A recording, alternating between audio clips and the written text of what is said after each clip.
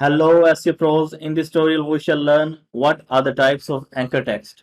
The first one is exact match. The exact match is basically an exact match keyword.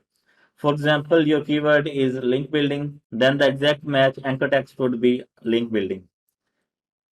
The second one is partial match. The partial match is basically a variation of your main keyword. For example, link building strategies, it's a variation of link building. The third type is branded. In branded anchor text, you use the brand name of your company or website. For example, Facebook is your company, then you will use Facebook as an anchor text. The next one is native URL. In native URL, you use your whole URL as an anchor text.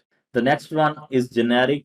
In this anchor text, we use generic words like click here or click to see this link, click, etc.